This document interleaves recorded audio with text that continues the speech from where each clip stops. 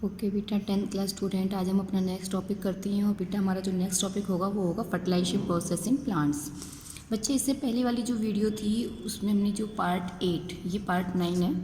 Part 8 के अंदर हमने इसकी पूरी स्ट्रक्चर के बारे में मैंने आपको बहुत अच्छे से बता दिया है कि अगर ये जो होता है किसी भी फीमेल गैमेटोफाइट की जो स्ट्रक्चर होती है उसके मेनली 3 मेन पार्ट होते हैं इस तरीके से, जिसमें ऊपर वाला ये स्टिग्मा होता है, बीच वाला स्टाइल और ये ओवरी, इसके अंदर ये पोलन ट्यूब। और अगर इस स्टिग्मा के ऊपर इस तरीके से गोल गोल हमें कुछ दिखाई दे रहा है, that is non as pollen grain.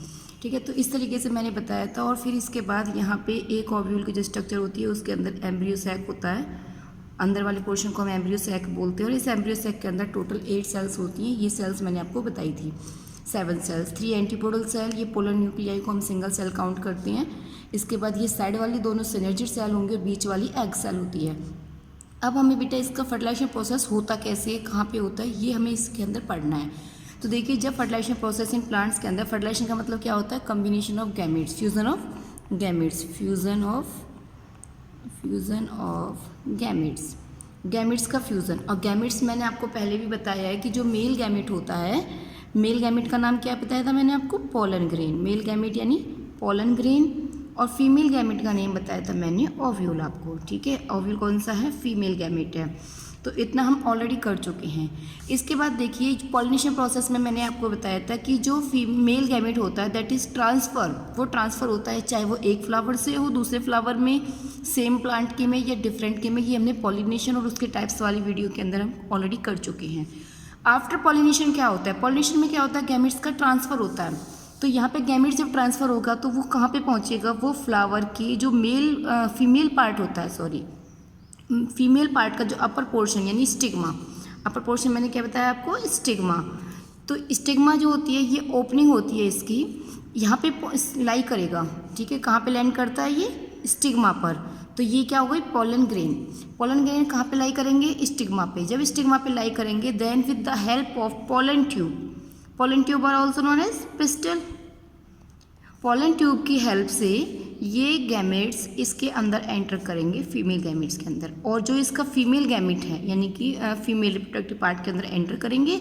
और जो इसका फीमेल गैमेट, ये जो मैंने स्ट्रक्चर बनाई है ये एक सिंगल ओव्यूल की स्ट्रक्चर है बेटा पूरी। ठीक है, जिसके अंदर ये आउटर कवरिंग जो होती है इसको हम बोल देते हैं इंटेग्यूमेंट्स। इसके बाद ये polar nuclei, antipodal cell, synergid cell और बीच वाली जो होगी वो एग सेल होगी। तो इसके अंदर जब ये एंटर हो जाएगा तो जिधर की तरफ ये इंटेग्यूमेंट्स की ओपनिंग होती है, ये मैंने आपको इसके स्ट्रक्चर में कराया, उस पोर्शन को हम माइक्रोपाइल एंड बोलते हैं, माइक्रोपाइल एंड।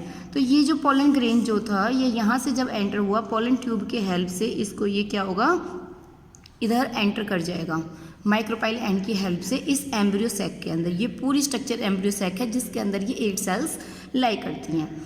लेकिन इसके एंटर करने से पहले क्या होता है, ये तो इसका काम क्या हो गया, पोलन ट्यूब का काम क्या हो गया, that help in transfer of gamete, transfer of male gamete from stigma to the ovule, stigma to the embryo sac.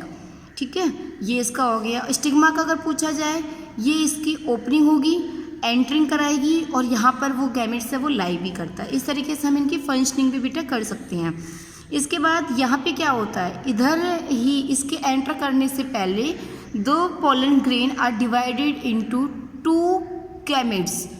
कितने गैमेट्स, 2 मेल गैमेट्स। तो यहाँ पे कितने गैमेट्स बन जाएंगे, 2 मेल गैमेट्स फॉर्म हो जाती हैं। और both gametes enter into the embryo sac. और ये जो दोनों के दोनों गैमेट्स होते हैं वो एम्ब्रियो सैक के अंदर एंटर करते हैं। जब ये एम्ब्रियो सैक के अंदर एंटर करेंगे तो इन्हीं में से कोई भी एक गैमेट, ठीक है, कितने गैमेट्स हैं, 2 मेल गैमेट्स। कितने गैमेट्स हैं, 2 male gametes, 1 male gamete, 1 male gamete और सेकंड मेल गैमेट। कितने गैमेट्स हैं, 2 मेल गैमेट्स बनते हैं इसके, यानी 2 हैप्लॉइड सेल्स के अंदर ये पोलन ग्रेन है वो डिवाइड होता है। तो जो दोनों के दोनों होंगे that is enter into the embryo sac through the micropyle end. तो माइक्रोपाइल एंड की हेल्प से ये दोनों के दोनों गैमेट्स हैं वो एम्ब्रियो सैक के अंदर एंटर करेंगे। यहाँ तक आपको समझ में आ गया होगा कि जब ये होता है तो पोलन ट्यूब के अंदर जब भी मेल गैमेट्स यानी पोलन ग्रेन एंटर करता है तो ये 2 हैप्लॉइड सेल्स के अंदर डिवाइड हो जाता है। और ये दोनों के दोनों सेल्स यानी haploid cells are also known as gamete. तो both gametes enter into the embryo sac. जब ये इसके अंदर एंटर हो जाएंगे तब क्या होगा, देखिए 1 male gamete fertile with the egg cell, fuse with the egg cell. तो वन मेल गैमेट्स, इनमें से कोई एक गैमेट्स है वो किसके साथ फ्यूज हो रहा है? एग सेल के साथ। एग सेल कहाँ पे बताया मैंने आपको? ये सेंटर वाली जो सेल होगी वो एग सेल होगी बच्चे। तो एग सेल के साथ फ्यूज होगा। और आपको पहले भी पता है कि जब भी दोनों गैमेट्स फ्यूज होते हैं, बोथ गैमेट्स जब भी फ्यूज होंगे तो किसकी फॉर्मेशन होती है? जायगोट की। जायगोट, ठीक है। तो क्या बनेगा?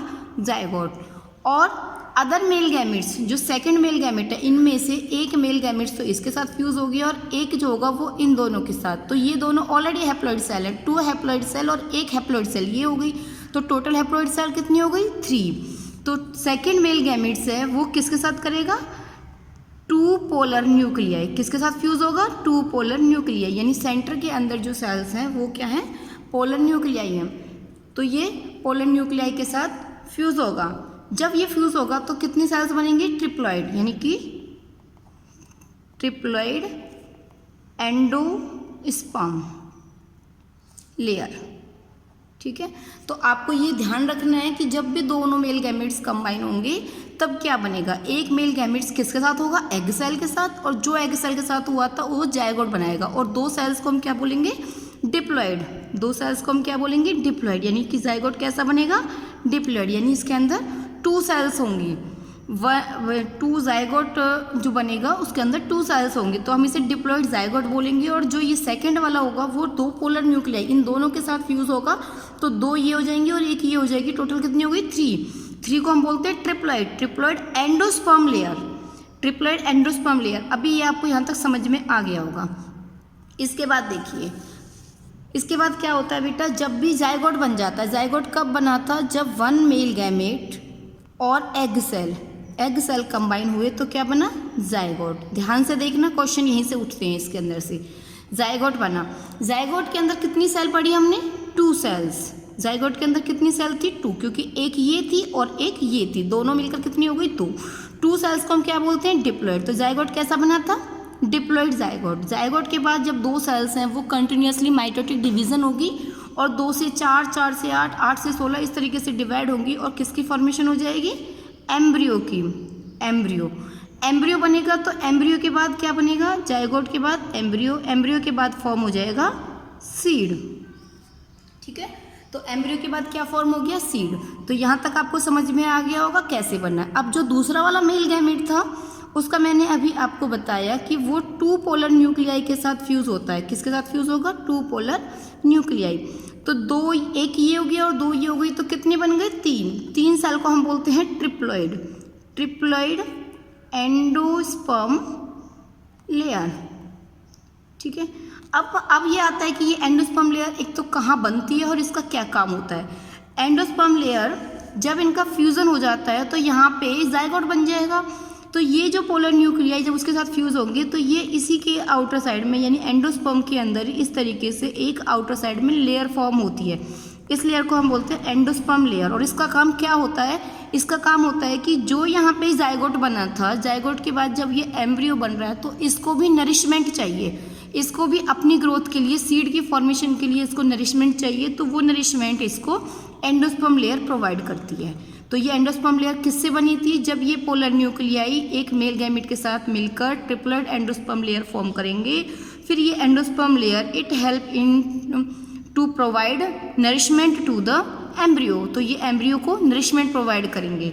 तो जो एम्ब्रियो फॉर्म होता है ये, इसकी ग्रोथ के लिए इसको नरिशमेंट चाहिए और ये नरिशमेंट इसको कहाँ से मिलेगा? एंडोस्पर्म लेयर से। और एंडोस्पर्म लेयर कब बनी थी? जब अदर मेल गैमेट्स है वो 2 पोलर न्यूक्लियाई से बनेगा। तो ये एंडोस्पर्म लेयर बनेगी। कहाँ पे बनती है? इधर की साइड बनती है, अंदर के साइड ही, ठीक है। और इसका काम क्या होता है? इसको एम्ब्रियो को, जायगोट से जब एम्ब्रियो बनेगा तो इस एम्ब्रियो को नरिशमेंट के लिए, इसको नरिशमेंट चाहिए इसकी ग्रोथ के लिए, इसकी ग्रोथ के लिए नरिशमेंट इसको एंडोस्पर्म लेयर से बनेगा। जब इसको इससे नरिशमेंट मिल जाएगा तो इसकी ग्रोथ होगी और जब इसकी ग्रोथ होगी तो सीड की फॉर्मेशन होगी, ठीक है। तो यहाँ तक आपको क्लियर हो गया होगा। अब एक क्वेश्चन और इसमें से लास्ट, कि इसके अंदर जब भी ओवरी है, जैसे जो ओवरी होती है वो हमेशा फ्रूट की फॉर्मेशन करती है और फ्रूट के अंदर सीड निकलते हैं। इसका मतलब ये हम ओव्यूल के बारे में पढ़ रहे थे। ओव्यूल किसकी फॉर्मेशन कर रहा है? ओव्यूल ने किसकी फॉर्मेशन की? सीड की। और ओव्यूल कहाँ थे? ओवरी के अंदर। इसका मतलब ओव्यूल अगर सीड बना रहे हैं तो ओवरी क्या बना रही है, फ्रूट। ये क्वेश्चन आ जाता है। इस बार की जो एग्जाम हुए थे उनमें बेटा ये वाला क्वेश्चन पूछा गया था कि which part of the flower form fruit and seed. तो ovary form fruit and ovule form seed. एक और चीज़ इसमें थोड़ी सी देख लीजिए आप, इसमें एक लास्ट चीज़ हमारी रह जाती है कि हम इसको डबल फर्टिलाइजेशन भी बोलते हैं। प्लांट फर्टिलाइजेशन को हम क्या बोल देते हैं, डबल फर्टिलाइजेशन। क्यों बोलते हैं, क्योंकि in this process 2 act of fertilization takes place. इसके अंदर कितने एक्ट हो रहे हैं, 2 एक्ट हो रहे हैं, क्योंकि in one act seed is form और in another act endosperm layer is form. तो इसके अंदर कितने एक्ट हो रहे हैं फर्टिलाइजेशन के, 2, यानी 2 एक्ट हो रहे हैं। एक एक्ट के अंदर तो 1 गैमेट एग सेल के साथ फ्यूज हो रहा है और अदर के अंदर मेल गैमेट है वो पोलर न्यूक्लियाई के साथ फ्यूज हो रहा है। इस तरीके से 2 एक्ट इसके अंदर प्रोसेसिंग होती है, इसी वजह से हम इसे डबल फर्टिलाइजेशन प्रोसेस भी बोलते हैं। तो मेरे हिसाब से इसके सारे पॉइंट्स मैंने इसमें क्लियर कर दिए हैं। फिर भी किसी को कोई भी प्रॉब्लम हो तो मुझे कंफर्म कर सकते हैं।